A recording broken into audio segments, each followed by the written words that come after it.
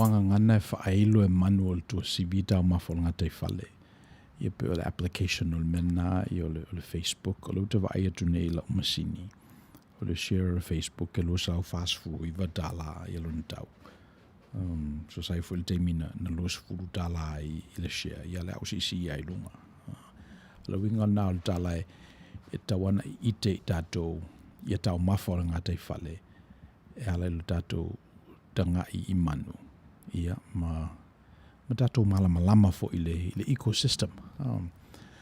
Wa a tatou i loa la o manu nei e le mamau tele leoanga i tai. Wa fo eva fo i le manu. Fiumna mia fo i sina maa po se la au e malolo ai. So e whailo la tou ia le awi alaiti. Ia manu ia. A o i alaiti la ia. E tatou te loa ia i at tele. Ia maua ia i tafo la whaelelo le moana sau. E pe o le winga la le na o le whaonga ina o le moanga ngana le nei o le whaonga ina sili le na o le moanga ngana le nei. A whapela vai te nau i tau mawhol ngā tei whale. A whapela vai te nau i manuia o le tuang. E tau an tatou lata i whaeilo. Ma fo anga fo na le lata i whaife au ma tangata o la latou lea ma tafa i o sa ili o le manuia o le tu o sa ili o le finangalo o le whaitau i tusi ma fisoaswani i tangata ina i latou i loa le tu o malona manuia.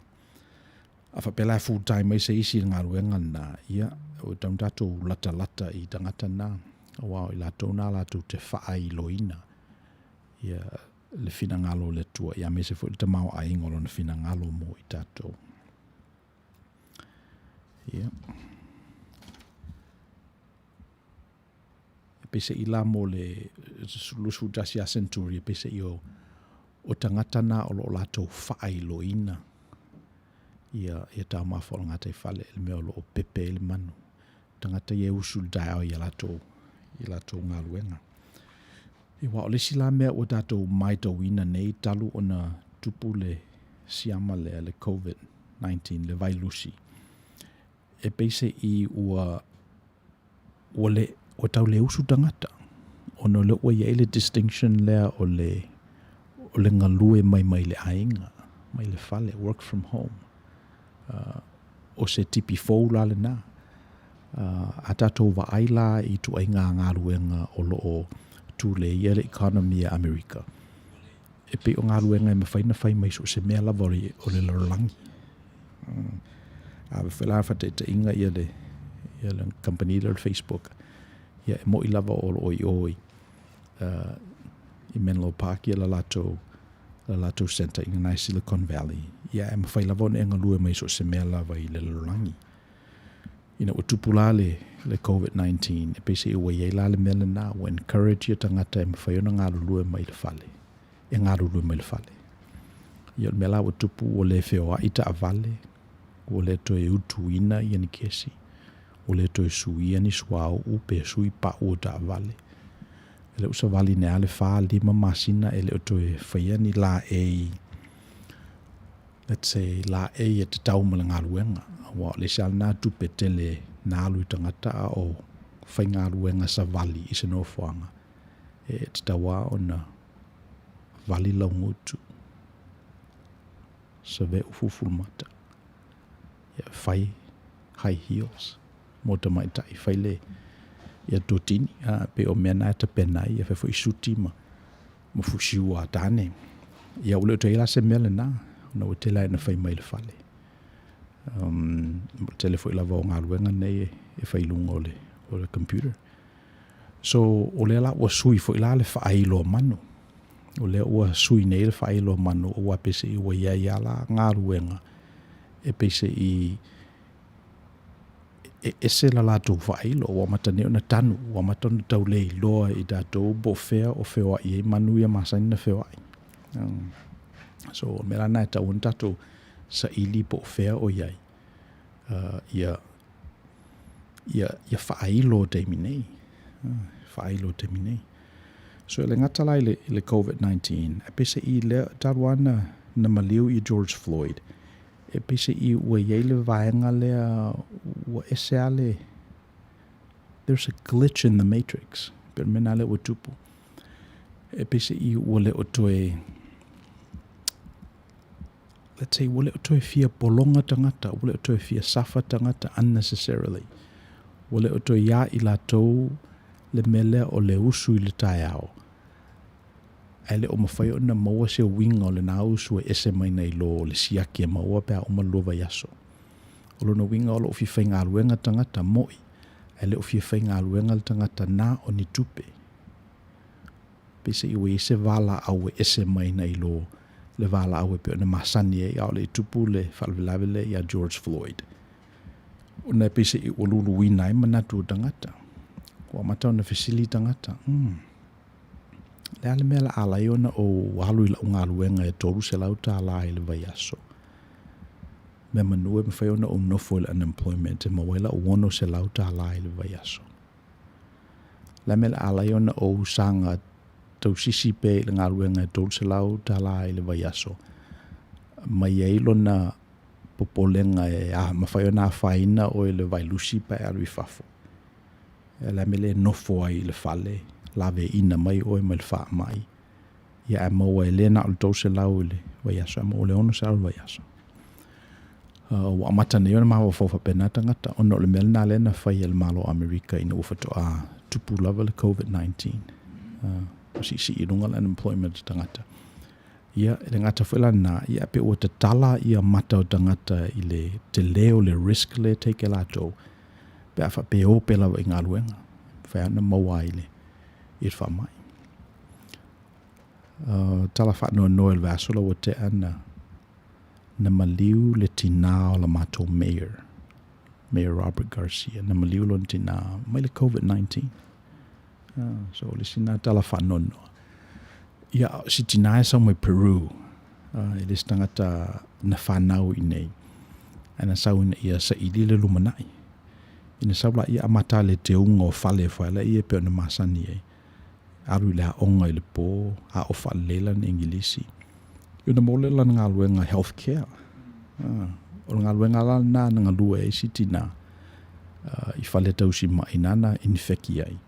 Ia nei wala na aru whal mai ia lena maliu e vasolautea. So o le winga o la udala e tawana fesili tangata. Fesili tangata pe is it worth staying home? Getting 600 or going to your $300 a week job and risk your life. Well, that's a no-brainer. Lono winga ele tau whaia se ele tau whono se paaman yona vai filfilinga na. That's a no-brainer. A o mai ia o le filfilinga ele vā o le tolu se lau tā la ele masina. Ai alu e risk lo wola I le COVID-19. Me whenga ruenga pene masang e pole no full fale tali lau unemployment ono se lau tā la e whasawina lo soifua. E te no full fale. Te no full fale tali lau ono se lau. Ia whasawina e lau soifua. Malave ina mai e goe. So ol mena le utupu nei. Ol mena le utupu nei taru mai lava ia le George Floyd. Wa matau na whataua e tangata me te tauna lato whataua. E pe o lato wola. Ule o toe talia I lato le bele o le tutia I whapena o le soifua ma le o lai. Moni nai ma moni. Moni nai tupe. Ia o mela o tupu ono nofo nei la ia o lato I loa to lato whanau o le siname le o tupu o le toa onga tamaiti. Le ofe mai e whaonga ia le internet e whasota I ei ma o inai tamaiti. So le whalau ono nofo mai tangata mai alato ngā ruenga, no nofo tamaiti mai alato wā onga. Ia le wa matona toe ta pena ia le ainga. Ta pena le ainga. O whaomiu milala tala I le vaenga na ona e le atultuli loa ia le theme o le tafsir whaile tau sanga nei. E whailo e manu o le tua sivita o mawhoranga tai whale. Pe o ese la le pepe le manu le o ye nei.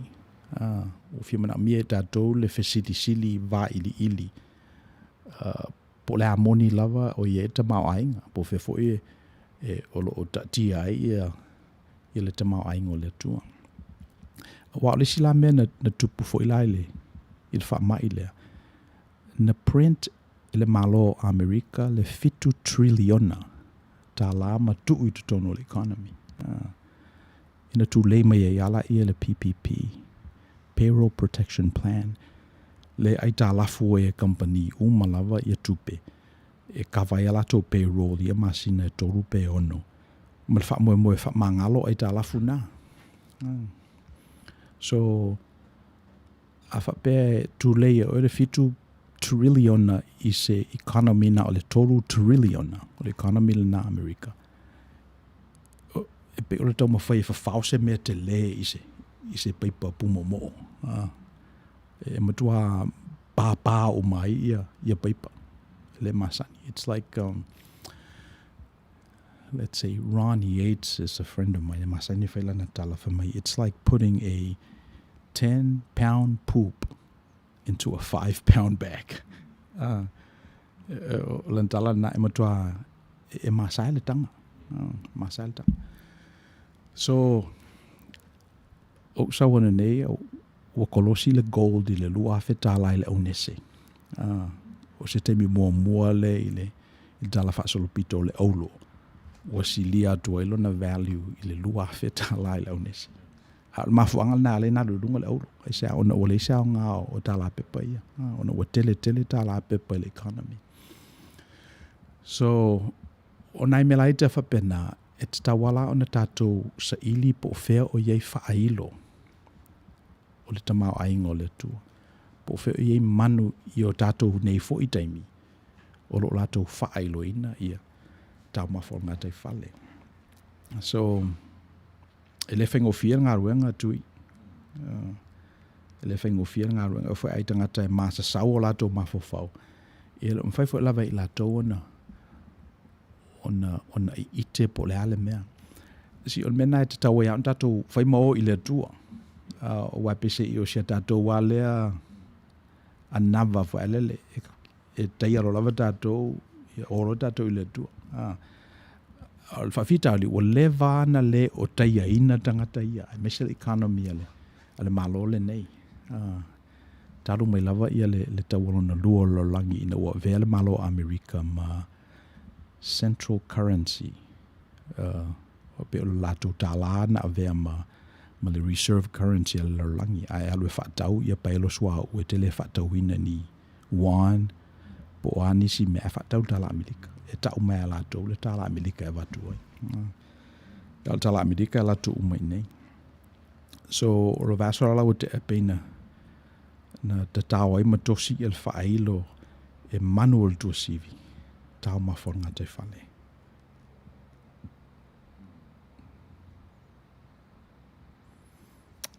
E ele me masani o na whai e tau dai pe ai dai.